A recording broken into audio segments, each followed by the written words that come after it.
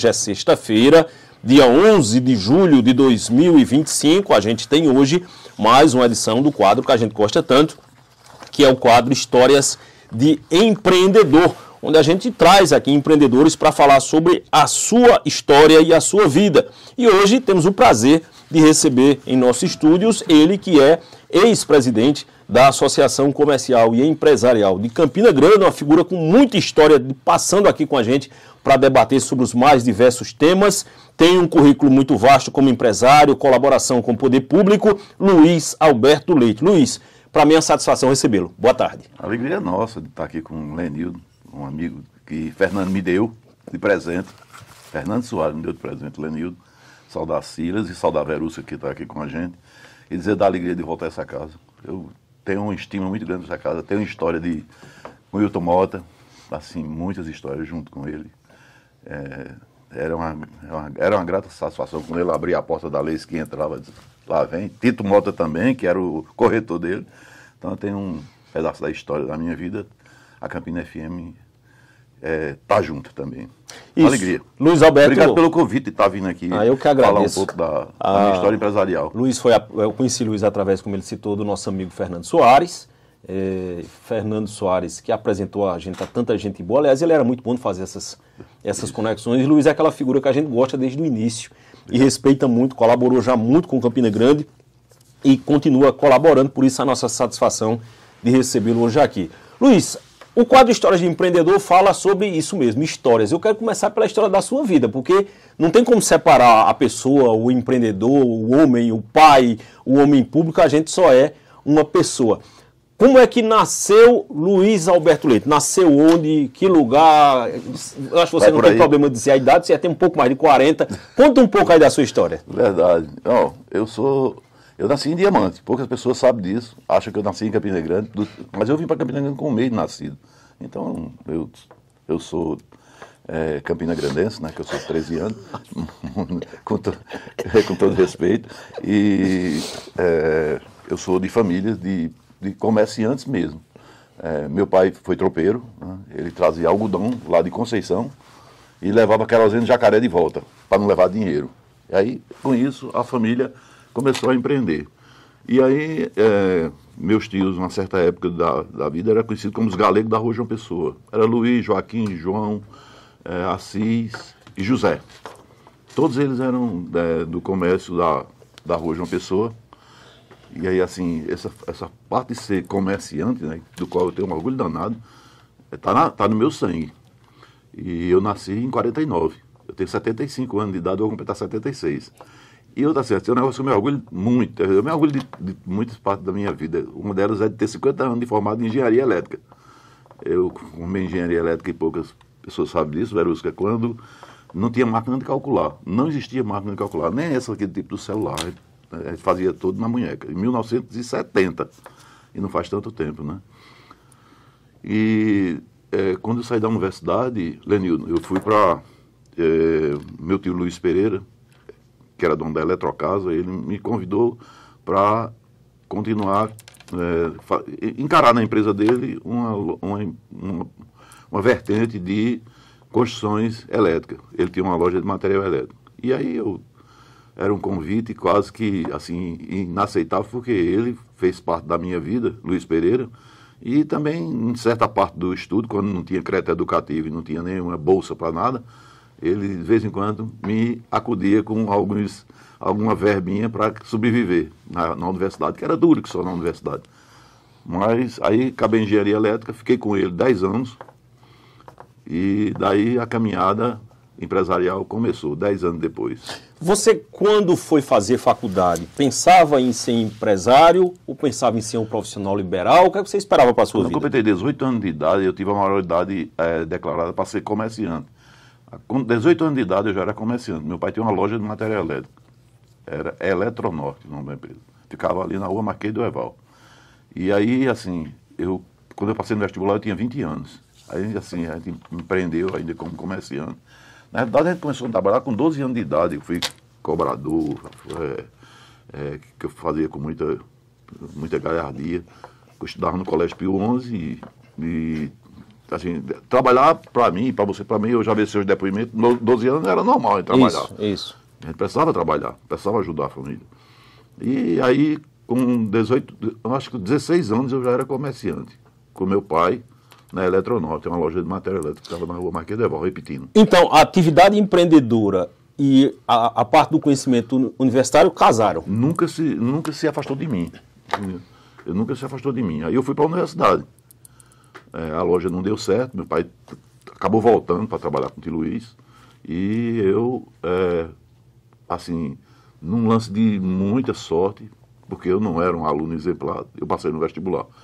E aí fui para Engenharia Química. E Engenharia Química, em 1970, o governo resolveu abrir vagas nas escolas públicas, na universidade pública, e eu me transferi para a faculdade para o curso de Engenharia Elétrica da Universidade Federal da Paraíba.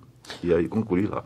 Ô Luiz, ainda hoje quem faz o curso de engenharia elétrica fala que é um curso duro, é um curso pesado, é um curso que cobra muito do aluno. Você estava acabando de explicar, naquele tempo nem tinha inteligência artificial e a coisa era feita na mão, inclusive a matemática era feita na mão. Como é que era o curso naquele tempo, realmente? Engenharia elétrica até hoje é um curso muito complicado, muito difícil, porque é um curso extremamente abstrato. Você aprende a fazer um transformador e a maior oportunidade que você tem é ver um transformador. A maior oportunidade que você tem é fazer um grande transformador. Você aprende a fazer tudo em engenharia elétrica. E, assim, ele por ele ser um curso abstrato, ele é muito exigente na parte de matemática. Né? Nós temos 2 anos de ensino básico, né, que corresponde a 4 semestres, e, assim, são 9 cadeiras na área de cálculo. Vai de cálculo de 1 a 9. E é assim, como ele tem o padrão que a universidade daqui estabelece, né? Por isso que ela é a maior escola, a melhor escola de engenharia do Brasil, né? É que eles são muito duros, entendeu? Às vezes eu fico conversando com o pessoal da área de medicina, e quando você começa a estudar medicina, no primeiro ano o pessoal começa a chamar você de doutor. Doutor para lá. Em engenharia elétrica, você está no 5º ano, fazendo a última prova, e os caras lhe tratam como estudante. E se você não fizer a prova direito, você vai ser reprovado. Então, assim, esse nível de exigência que o Departamento de Engenharia Elétrica tem, ainda continua hoje, e eles, assim, com isso, eles têm formado os melhores profissionais do Brasil.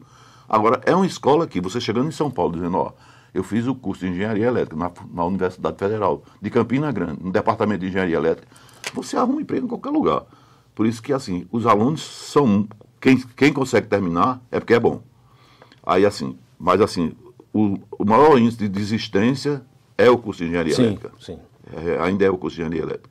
Ô Luiz, os empreendedores, muitas vezes, eles são formados na experiência do pé do balcão, eles são formados na experiência da vida, aquele conhecimento empírico que é fundamental, inclusive, também para o sucesso do empreendedor. Não é sempre que o empreendedor ele junta uma formação teórica e acadêmica à sua atividade como empreendedora. No seu caso em particular, que você atua numa área que tem um perfil muito técnico, que requer um conhecimento aprofundado, essa sua formação acadêmica foi decisiva para o seu êxito profissional? Com certeza. Aí, assim, eu pensava, sabe, Lenildo, que eu não ia nunca voltar para o balcão. Eu sempre fui uma pessoa de balcão. Aí, nisso aí, nós nos parecemos, e é por isso que eu sou fã de ver as suas matérias, é que eu fui formado num balcão de loja de material elétrico. Então, assim, material elétrico, eletricidade sempre teve na minha vida. E eu costumo dizer que a gente aprende a saber a diferença entre uma nota fiscal e uma duplicata. Porque você pega um empreendedor, Verusca, e ele simplesmente não entende o que é uma nota fiscal, não sabe o que é uma duplicata e nem sabe o que é comercialização. Às vezes, muitas vezes, ele confunde apurado com lucro. Essa diferença eu aprendi na barriga de balcão. Então, assim, foi decisivo porque quando eu fui trabalhar com o tio Luiz, que era Luiz Pereira de Assis, eu imaginava que nunca mais ia ser comerciante. Mas aí a vida pegou e me empurrou para ser comerciante. Aí foi aí onde eu fundei a Leis Engenharia, que foi fundada em 1982. Foi aí o meu começo, de voltar a ser empresário. Essa parte de como se decidiu empreender é algo que nos causa muita curiosidade. E aí eu queria saber como é que nasceu a ideia de fundar a Leis Engenharia. Bom, eu acho que para mim tinha sido assim, eu nunca tive formação de ser funcionário técnico, engenheiro, funcionário de uma indústria. Quando eu saí, quando eu deixei a LP Assis, foi me oferecido uma vaga para ser engenheiro de manutenção de uma usina em Alagoas. Aí eu fui lá olhar, né, fui olhar a vaga, o salário era bom, mas eu me assustei com o tipo de trabalho, né? Ainda hoje, assim, a usina tem essa... É porque eu não queria dar essa dificuldade. Ela funciona, sabe, Lenildo? Ela funciona, se Deus quiser, e também se não quiser. Porque Sim. a usina vai quebrando e vão fazendo emendas. E tanto é que, quando acaba a safra, a usina para completamente e passa 6 meses em manutenção. Eles praticamente desmontam a usina inteira e remontam. Entendi. Mas aí eu não tinha essa cultura de ser... como é que se dá o nome de cara que resolve tudo de qualquer jeito? Fazer emenda fio. Sim. Eu não tinha essa cultura. Sabe? A minha cultura sempre foi de construtor e de fazer boas obras. E aí eu não aceitei. Aí acabei indo para Recife, um amigo meu me deu uma obra. Aí quando ele deu a obra, ele disse, tu tem empresa? Não, não tem não. Então faz uma empresa aí, porque eu não posso lidar como empregado, não, eu posso dar como empresa. E aí começou.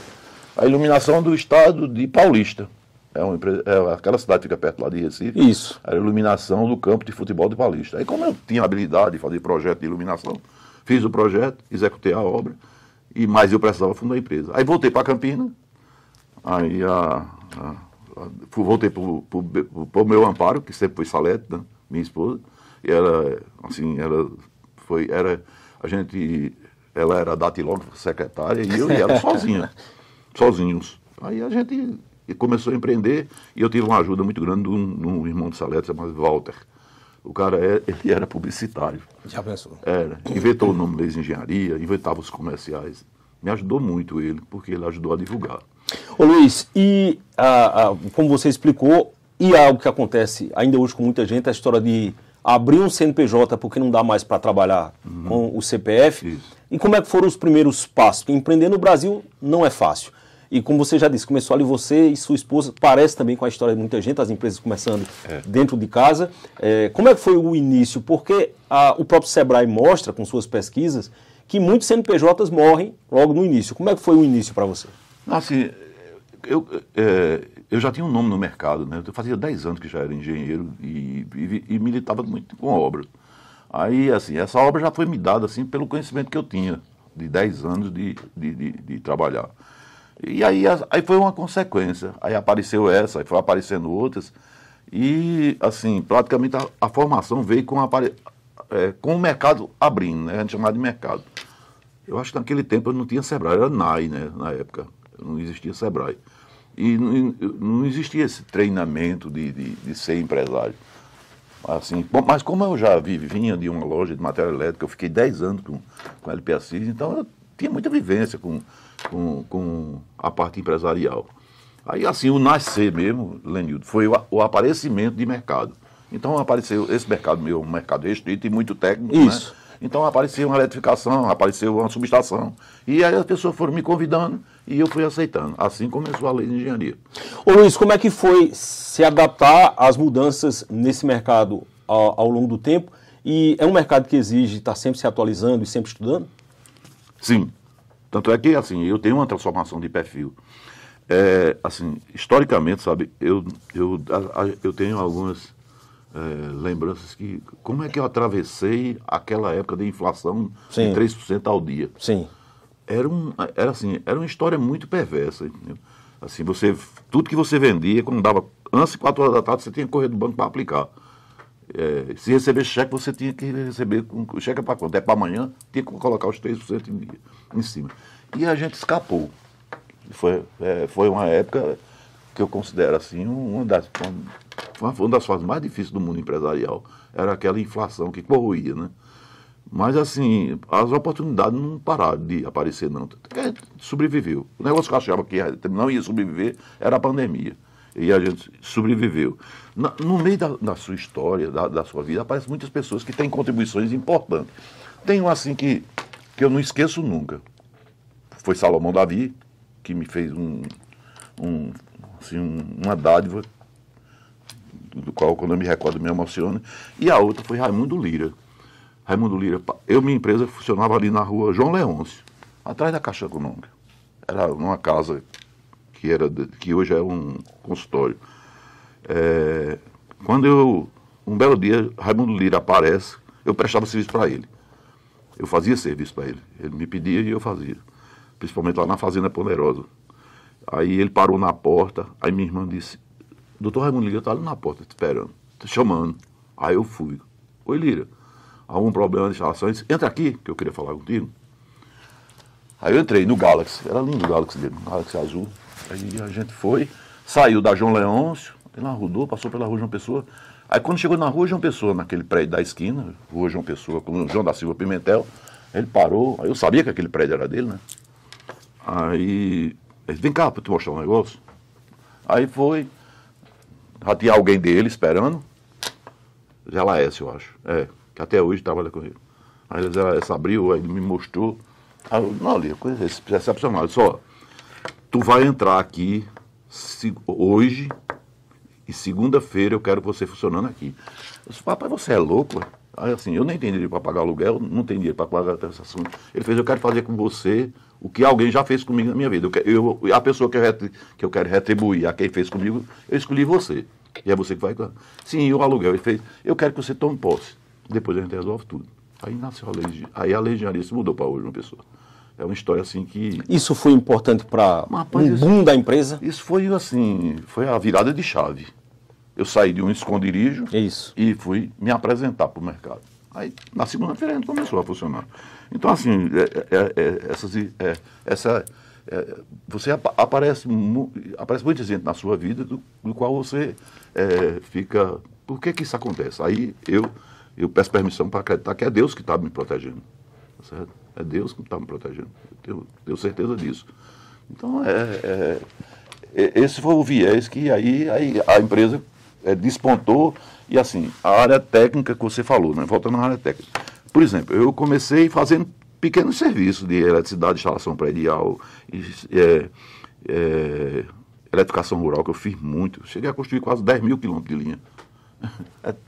4 vezes, você ir em São Paulo e voltar. De linha de 3.8, que é linha de eletrificação. E assim, eu acho que eu já eletrifiquei mais de 10 mil propriedades. É um histórico, porque só no Luiz Patodo eu fiz 5 mil. Então, assim, o currículo da gente sempre foi muito extenso disso aí. Mas aí a vida vai empurrando, aí o mercado vai lhe empurrando para ser mais especializado. Não dá para parar. Não para e você também não fica só naquilo. Não dá para você ficar só naquilo. Então aí a gente foi evoluindo, né? E há mais ou menos uns 20 anos atrás, quando apareceu o Parque Eólico, um amigo meu de Curitiba me chamou para eu fazer do qual eu não tinha a menor ideia do como era. Rapaz, eu tenho um parque eólico para fazer aí na Paraíba, Milênio, que fica em Mataraca. São 13 máquinas. Tá, e como é que começa? Então, eu tive que mandar o projeto e ele mandou o projeto. E eu comecei a olhar para o projeto e destensei. Aí fiz o primeiro parque eólico, há 20 anos atrás. Quando eu fiz o primeiro, a mesma empresa que fez o primeiro fez o segundo, também lá em Mataraca. E aí eu fiz o segundo parque, aí esse já foi um parque grande, porque e ainda estava funcionando, 60 máquinas eólicas, de, assim, eu vou dar um número aqui, que é 800 kVA, cada máquina, né? E a gente fez 60 máquinas, era um grande parque na época. E aí também o vizinho me chamou, que era o dono de uma empresa de revenda de carros em Recife. Aí também a gente fez o Parque Vitória. Os 3 primeiros parques eólicos da Paraíba, fui eu que fiz. Fui eu que projetei. Aí qual é a parte que eu faço? Eu faço a parte de conexão. Eu recebo a máquina aqui, o aerogerador, e aí eu faço a parte de conexão com a subestação, pego a subestação e faço a conexão com a concessionária. Às vezes é Energisa, às vezes é Acesso. Então aí eu fui evoluindo né, nesse viés de mercado. E hoje a gente, assim, depois a gente evoluiu para os grandes parques solar. Aí eu consegui fazer parque de 150 mega, os 2 últimos são de 90 mega, todos eles usei no Ceará, prioritariamente, que foi onde começou mais. E hoje a gente praticamente, Lenildo, faz uma parte mais específica. Hoje a gente cuida mais de conexões. O que é conexão? Uma empresa quer fazer a gente fez uma aqui na subestação João Pessoa 2, a empresa precisa conectar a subestação ao sistema da Chess. E aí a gente faz essa conexão. É um serviço muito especializado, porque você desliga o sistema, você desconecta o sistema nacional sem que ele pare e reconecta ele e faz o seu trabalho. É muito especializado. É como fazer uma cirurgia cardíaca com um órgão batendo, pulsando. Pronto, então assim, o sistema elétrico está funcionando, você não pode perder a conexão do sistema elétrico e você faz essa conexão mecanicamente. Ô Luiz, você falou sobre pandemia, você falou sobre inflação, a gente teve o período Collor, aquele período complicado também do confisco da poupança, que o dinheiro sumiu. Na sua trajetória empresarial, se você fosse escolher, qual desses momentos foi o mais difícil? Eu acho que foi da época de inflação, porque durou muito, aquele das anos de 80, no governo Sarney, até que fosse, aí depois apareceu o Collor com aquela loucura, o dinheiro da gente sumiu. Mas aí reapareceu, porque se você fizesse uma folha de pagamento, o dinheiro voltava, e já voltava não. Aí, aquele tempo de Fernando Henrique, né, que é o cruzado novo com o FV. O RV, Unidade Real do Valor. O RV, aí cruzado novo e real. Né? E real. Essa época, assim, o começo do real foi muito, muito difícil, porque juro era 15% ao mês. Lembra disso, Daniel? Sim. Assim, era um dinheiro extremamente valorizado, era um dólar, e os juros eram 15% ao mês. Isso, assim, se você não prestar atenção, isso quebra qualquer empresa, né? Depois que o real se estabeleceu, inclusive estabelecendo uma paridade naquela época com o dólar, para o seu mercado específico, qual foi o impacto disso? Foi muito importante, porque aí as coisas se ajustaram. Você começa a trabalhar com previsibilidade, você começa a poder comprar equipamentos com prazo. E as prestações não variavam. Então, assim, foi muito importante. A estabilidade da economia, deram jeito na economia, foi uma grande vitória. Hoje, se você tem inflação de 5% ao ano, meu Deus. A minha geração tem dois méritos. Primeiro, você sabe entender que tem inflação de 5% ao ano. E o segundo é você produzir a energia para seu carro gerar. Ou seja, você bota as placas solar em sua casa e compra um carro elétrico. Você não precisa comprar combustível. Isso. Aí, assim, esse era o grande sonho da minha geração. E hoje se consolida, né? Ô Luiz, deixa eu registrar aqui algumas audiências. Nosso amigo... registrar umas também? Sim. Clóvis, da APEL, está mandando mensagem para o senhor. E quem lhe mandou também mensagem foi Diego Leite, que é seu sobrinho. Está acompanhando. Diego, eu sou cliente de Diego, da loja de laticínio. Diego mandou uma mensagem dizendo que está ali acompanhando. Mandando Diego Leite trabalha com laticínio. Exatamente. Rapaz, já pensou?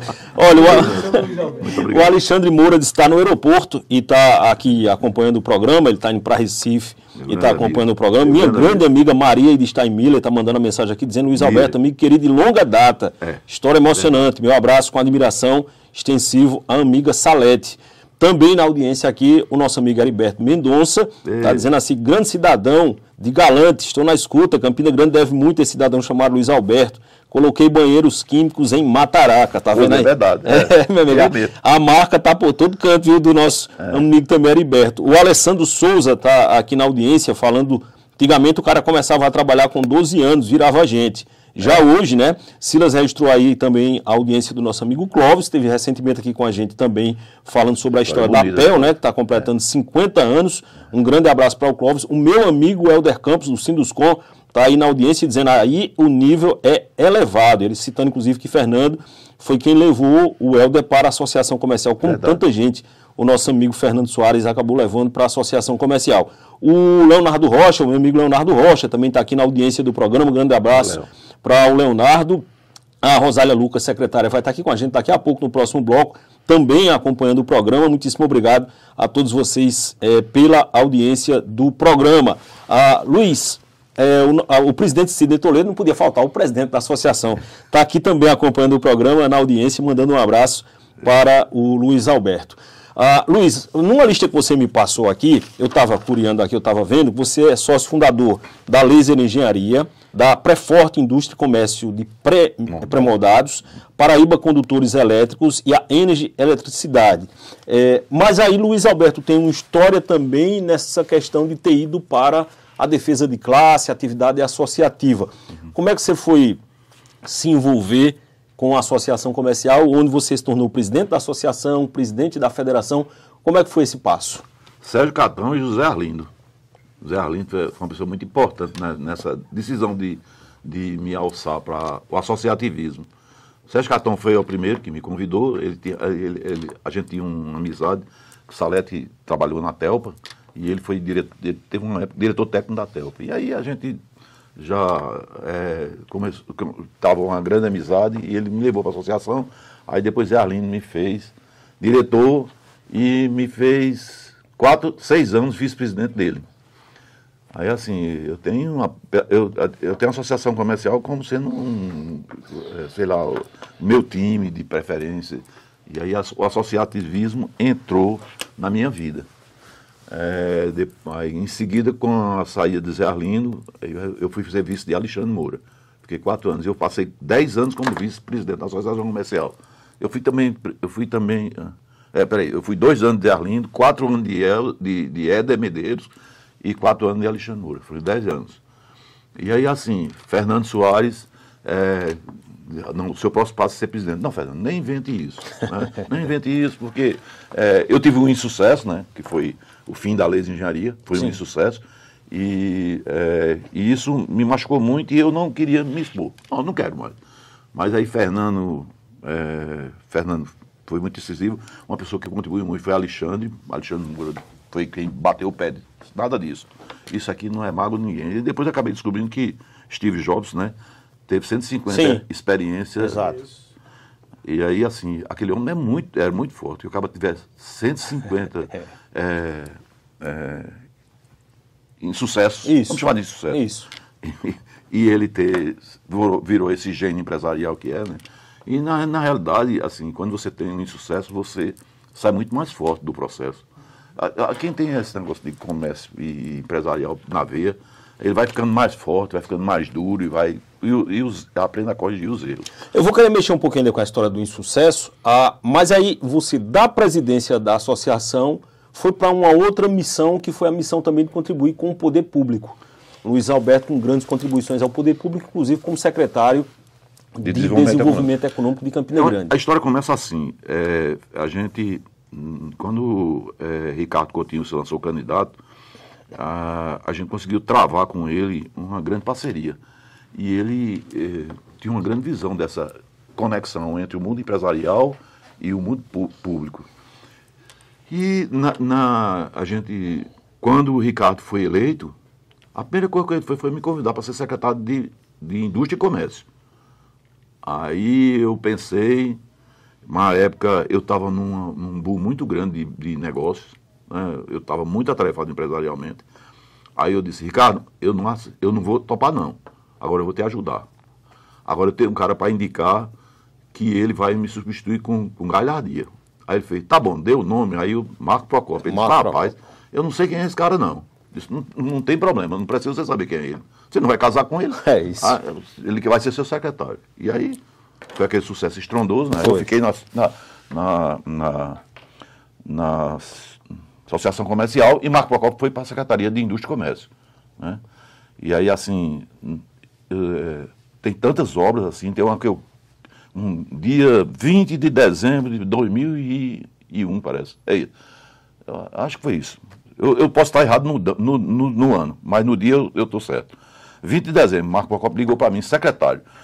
Luiz Alberto, eu tenho um convite de uma empresa de call center para ir para Belo Horizonte. Agora o cara quer que eu chegue lá dia 28 de dezembro. Mas para que você castiga? Ele disse, não, ele só aceita se eu chegar dia 28 de dezembro.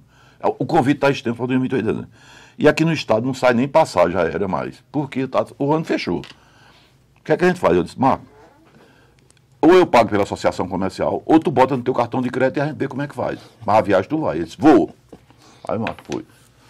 Eu acho que a data foi 28 de dezembro. Foi depois E aí Marco foi lá e só chegou o Marco. E Marco trouxe o call center, o primeiro call center de Campina Grande. Foi numa aventura dessa. O pior que o Marco achou foi que é o seguinte, quando terminou a entrevista com o Cássio, né, que era na época,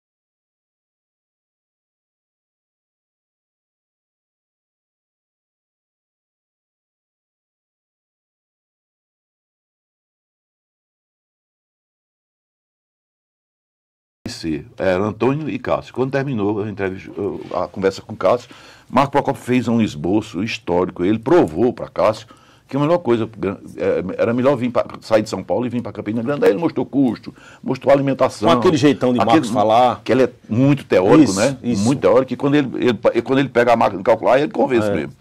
Aí o Cássio disse, vamos lá, bora. Eu vou dia 5 de janeiro. Você não acredita, ele vem embora. Foi dia 5 de janeiro. O cara amanheceu o dia aqui no avião dele. E aí eles fundaram a IC.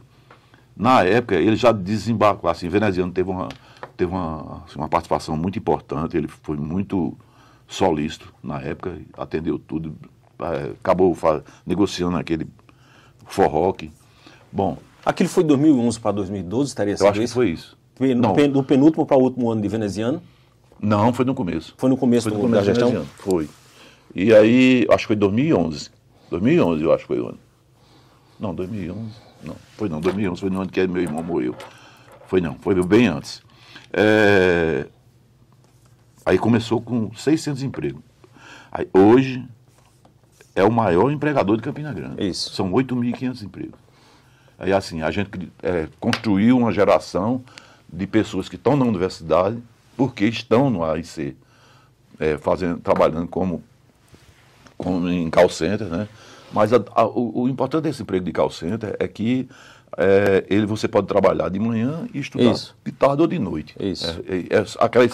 Aquelas 6 horas ajuda muito. E é uma primeira porta de emprego para muita gente. É a primeira porta de emprego. Ô, Luiz, primeiro emprego. E daí... Então, assim, foi muito importante essa chegada. E aí acabou sendo o maior empregador da Paraíba. E ele atendeu a pessoa. Olha aí, Sidney confirmou, realmente foi em 2011. Ele está dizendo aqui que, inclusive, ele estava na Sinep. Isso. Obrigado ao Sidney pela informação. Naquele momento, portanto, Luiz Alberto não se tornou secretário do Estado, mas terminaria mais adiante se tornando secretário de Desenvolvimento em Campina. Como é que foi essa experiência? Quando o Romero ganhou, a Associação Comercial deu vez a todo mundo quando o Romero ganhou, e aí, então, assim, a gente criou na associação, era um sonho de Fernando.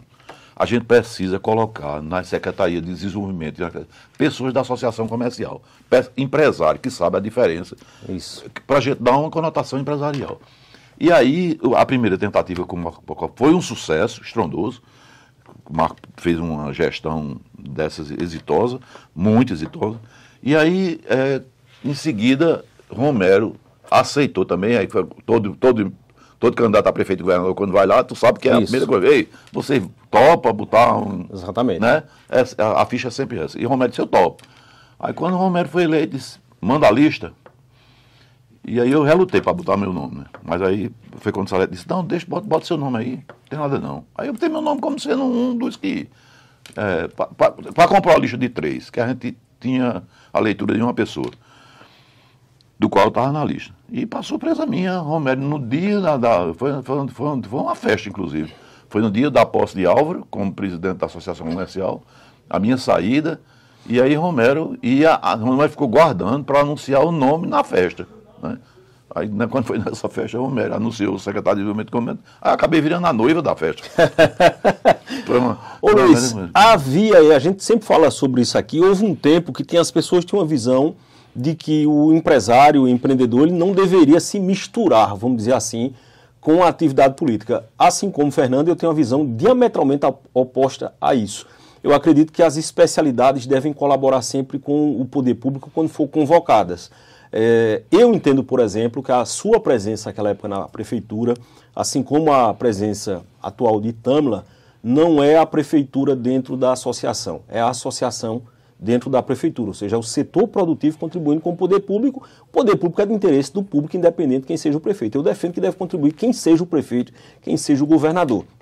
Mas a gente sabe que há, por exemplo, a diferença de ritmo entre a atividade pública e a atividade privada. Eu lido com os dois segmentos e eu vivencio essa distinção de ritmo todos os dias. Verdade. Como é que foi para você esse processo de adaptação, de ser um secretário, inclusive com essa divergência de ritmos?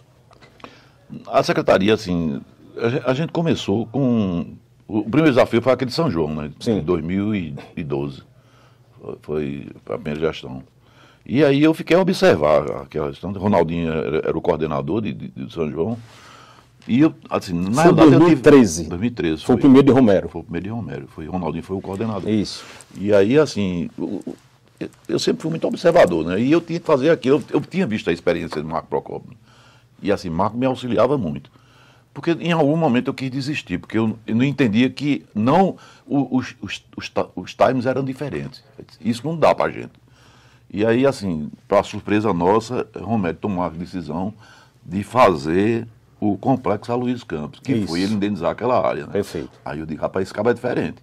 Aí, assim, a gente estava sempre junto, eu, Alexandre Moura, Marco Procópio, Álvaro, a gente estava sempre conversando, e aí a gente achou, agora tem um diferencial aqui. Alguém está pensando em processo de industrialização.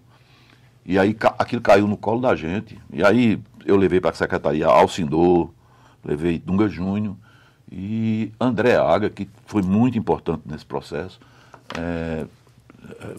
também apadrinhou. E aí a gente começou a pensar o distrito industrial. Na época, o secretário de planejamento era aquele menino que era professor aqui na universidade. Márcio Caniero. Márcio Caniero, muito competente, que tinha vindo de Brasília. A gente nem entendeu porque Márcio... Mas foi ele era do PT, foi uma novela quando nomearam o Márcio. Foi, uma zoada gigante, mas ele muito competente, era um profissional, aliás, é muito competente. E aí o time estava pronto. Meu time, eu, Dunga Júnior, Alcindor, o secretário de saúde hoje, o secretário de educação, Asforo Neto, fazia parte do meu time. E aí a gente começou a vislumbrar o esboço do Aloysio Campos. E Márcio Caniero foi quem fez o primeiro esboço. E aí a gente saiu para vender o Aloysio Campos. Então, assim, foi aí que a gente entendeu que a Romero tem outra visão. E aí, assim, eu nunca chamei Romero para ir uma viagem atrás de um empresário que ele disse não. Ele disse, bora. Fui para ele com Recife, fui para João Pessoa. Ele sempre estava disposto a fazer. E aí, assim, foi superando as dificuldades, tá certo? O grande desafio que eu vi, assim, na época dessa época que eu passei na prefeitura, era o São João. Toda vez que acontecia o São João, quebrava a prefeitura. Era uma dificuldade muito grande. Aí assim, eu acho que o grande mérito da gestão que eu participei foi a gente ter, eu vou usar a palavra privatizado, mas na época a gente não usava, não, porque a gente era com muito cuidado. Foi um momento de privatizar o São João. Foi quando eu me lembro que eu e André Aga, eu disse a ideia para André, aí ele disse, como é que tu vai fazer? Eu disse, tu tem gente para isso? Eu disse, não, agora não tenho não, mas vou atrás. E aí eu fui atrás. Encontrei 2 pessoas que topam. A gente vai fazer isso, a ideia da gente é essa. Topa. Aí eu disse, bom, André, eu tenho 2 pessoas que topam. Ele disse, eu vou fazer a formatação. Aí chamou o Paulo Roberto Inês e fizeram a formatação.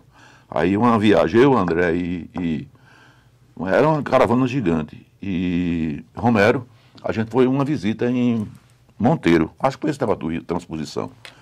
E aí no restaurante a gente chamou o Romero assim do lado e disse, Romero, a gente tem uma ideia para ajeitar o São João. Ele fez, qual é? Aí a gente mostrou para ele, aí ele deu um pinote, disse, tu é doido, rapaz? Eu vou ser conhecido como o prefeito que acabou com o São João, que só entra... Não, mas aí no primeiro momento ele entendeu que a gente só entrava lá se tivesse ingresso. Né? Não, rapaz, não vai ter ingresso não. Ele disse, e quem é que vai pagar isso? Calma. Mas no primeiro momento ele reatou. Mas quando ele entendeu a ideia mesmo, aí ele abraçou. Aí ele foi tão digno que ele chegou e disse, esse negócio vai mexer muito com Campinas. Vocês me assessoram e eu boto a cara. Foi desse jeito que ele fez. E aí ele botou a cara. Então, assim, essa dificuldade foi se superando com as pessoas que compõem o governo de Romero, entendeu? André Agra, o Paulo Roberto Diniz, o Geraldo Nobre, era um pessoal muito competente. E no final das contas, Romero teve a coragem de arcar com o que poderia ter sido um custo político muito grande, né? Ele Luiz? Foi muito corajoso. Porque a história da privatização causava um verdadeiro furor em Campinas. No entanto, São João de Campinas só tem o tamanho que tem hoje, não foi engolido pelas festas que surgiram em toda a Paraíba e em todo o Brasil, porque lá atrás você, enquanto secretário, junto com esses outros auxiliares e Romero, tiveram a coragem, porque administrar é ter coragem. Foi. É romper muitas vezes com certos paradigmas. Foi isso que a gente fez. E aquilo foi fundamental para o São João ser o que é hoje em Campina Grande. Lenildo, quando eu fiz um levantamento que mostrei a André Aga, que os 4 primeiros São João, eu tinha gasto 45 milhões de reais, nós 3 ficamos lá. Assim, aí André fez conta de quantas casas dava para ter feito. E outra coisa assim, as contratações, meu amigo, Uma vez Romero levou todas as dispensas de licitação lá no Tribunal de Contas para dizer, ó, são 119, eu me lembro desse número, 119 dispensas de licitação por mérito, né? Isso. Por currículo. Exatamente, assim. porque é artístico. A gente tinha muita dificuldade com isso e a gente tinha muito medo de pagar. Até para pagar era uma novela. Muito grande. Tinha atraso no pagamento, tinha uma série de problemas. Meu amigo, Maria. Ô Luiz, eu vou lhe pedir um dia para você vir aqui para a gente aprofundar um pouco mais dessa história do São João e de outras histórias, porque eu acho que isso precisa ficar registrado, inclusive, para o futuro. O tempo é implacável e passa muito rápido. Inclusive, a gente já estourou aqui o tempo, porque eu queria ficar mais uma hora conversando. Mas antes da gente encerrar, você falou sobre essa questão do fim da laser. Né? Do fim da laser. E você tocou num ponto muito importante. A carreira de sucesso no meio empreendedor não é uma carreira só de vitórias. Os grandes empreendedores tiveram, na verdade, momentos de derrota e de fracasso, mas só foram vencedores porque eles conseguiram dar a volta por cima. Se você puder rapidamente falar sobre esse processo e o que ele acabou amoldando, inclusive, o homem e o empresário Luiz Alberto. Bom, era um processo assim. Hoje eu descubro que foi falta de gestão ou falta de coragem do empresário. Tem umas dificuldades de gestão e você simplesmente não assumiu. Essa foi a minha grande culpa, entendeu? E aí, assim, quando você começa a ir muito para o mercado, sua empresa, você precisa prestar muita atenção a esse equilíbrio, entendeu? Entre o capital e a sua disponibilidade de capital. Essencialmente, a lei foi um problema de que eu peguei uma obra maior do que eu podia pegar e o cliente não me pagou. Sim. Do qual eu não vou dizer aqui no microfone. No particular eu lhe digo. Sim. E conto a história. O cliente simplesmente não me pagou. E era um cliente de confiança. Num momento de transição, ele simplesmente disse, não, eu não tenho dinheiro e não vou lhe pagar. Na época era muito dinheiro, entendeu? E aí, assim, se fosse um valor que eu tinha de capital, não tinha acontecido nada. Mas o valor era quase 20 vezes o que eu tinha de capital. Então não tem como. Esse desacerto me ensinou. É esse momento que o empresário precisa ter o discernimento do tamanho do caminhão de areia dele. Então, isso me ensinou. E a outra coisa que me ensinou também foi a dureza no trato, sabe? Você não pode vender e a pessoa deixar de pagar. Principalmente quem tem mercado público. Quem vende para a prefeitura, meu amigo, é muito risco. Se você não tiver a sensibilidade de acertar os pagamentos, porque toda vez que você vende e perde, é seu dinheiro que foi embora, é o capital da empresa que foi embora. Então, é um problema tipicamente de gestão. Todas as empresas que eu vi uma vez uma fala de Abílio Diniz, né, o dono do Pão de Açúcar, e ele contava uma história meio parecida com essa daí, da insensibilidade que ele teve em notar qual era, ele não teve a sensibilidade em notar quando começou a descamelar. Aí quando os seus assessores não falam a verdade para você. Então, é mais ou menos por aí. Bom, a atividade empresarial para Luiz Alberto Leite, e me permita colocar Luiz Alberto Leite / Salete, a sua esposa. Muito obrigado por você fazer isso. É mais do que um CNPJ, é só mais do que um local que você ia lá para ganhar o dinheiro e pagar as contas? Representou para você e para sua esposa mais do que isso? Com certeza, é um momento de amor, tanto que assim, você precisa ter amor pelo que faz, você precisa ter uma dedicação, você precisa saber fazer relações comerciais, ter relações comerciais. Assim, e tanto é que acabei que meus filhos continuam na atividade. Hoje o Luiz Alberto Filho ficou com uma parte que era minha. Eu e Salete a gente já entregou tudo. Sim. Né? Não tem mais briga, porque não tem nada para dividir mais. Então a minha empresa, que era de João Pessoa, que eu era sócio, Luiz Alberto ficou com ela. E aí ele é empresário do mesmo jeito que eu sou, ou que eu era, porque ele faz a mesma correria. Ele é Luiz Alberto, pai de antigamente. Aí aqui em Campina, eu tenho uma história assim interessante, porque eu sou engenheiro eletricista, Luiz Alberto Filho é engenheiro eletricista, Daniela é engenheiro eletricista e Leonardo é engenheiro eletricista. Nós quatro somos engenheiros eletricistas na mesma escola. E todos eles são empresários também. Então, assim, a história continua. E Daniela e Leonardo, do qual eu estou mais junto, é quem administra também uma parte de empresa, que faz eletricidade, que faz escala específica e que aluga equipamentos. Então, assim, é muito mais do que um CNPJ, entendeu? Essa é a dedicação que eu e Salete a gente construiu. Hoje moramos sozinhos, aqui na Granja, bem pertinho de você aqui. Mas, assim, é uma história de muito amor e dedicação também. Bom, Luiz Alberto, registrar aqui no final também a mensagem aqui que chegou, chegando a mensagem aqui do ouvinte, Beto, meu amigo, um grande homem e com um sobrenome de competente, está chegando aqui também mensagem do ouvinte, para a gente registrar, deixa eu ver aqui. Através do WhatsApp da Rádio Lenildo, é o senhor, deixa eu ver, Fernando Tabosa, que está ouvindo a gente e disse que trabalhou com o seu Luiz Alberto em Mataraca. Foi isso mesmo, é isso mesmo. Pois é. Pois muito bem. Olha, Luiz, a gente estourou o tempo e, na verdade, eu ficaria até as 2 horas conversando aqui com você, porque tinha muitas outras histórias para a gente tratar e porque, na verdade, Luiz Alberto é uma figura assim, excepcional, sempre disse isso publicamente, quanto a gente gosta e respeita a contribuição que Luiz deu à Campina enquanto secretário, em outras áreas que Luiz atua, e hoje podia não estar mais nem ligando para esses negócios, está só aproveitando a vida na Granja, mas Luiz participa de tudo ali na associação, os grandes debates.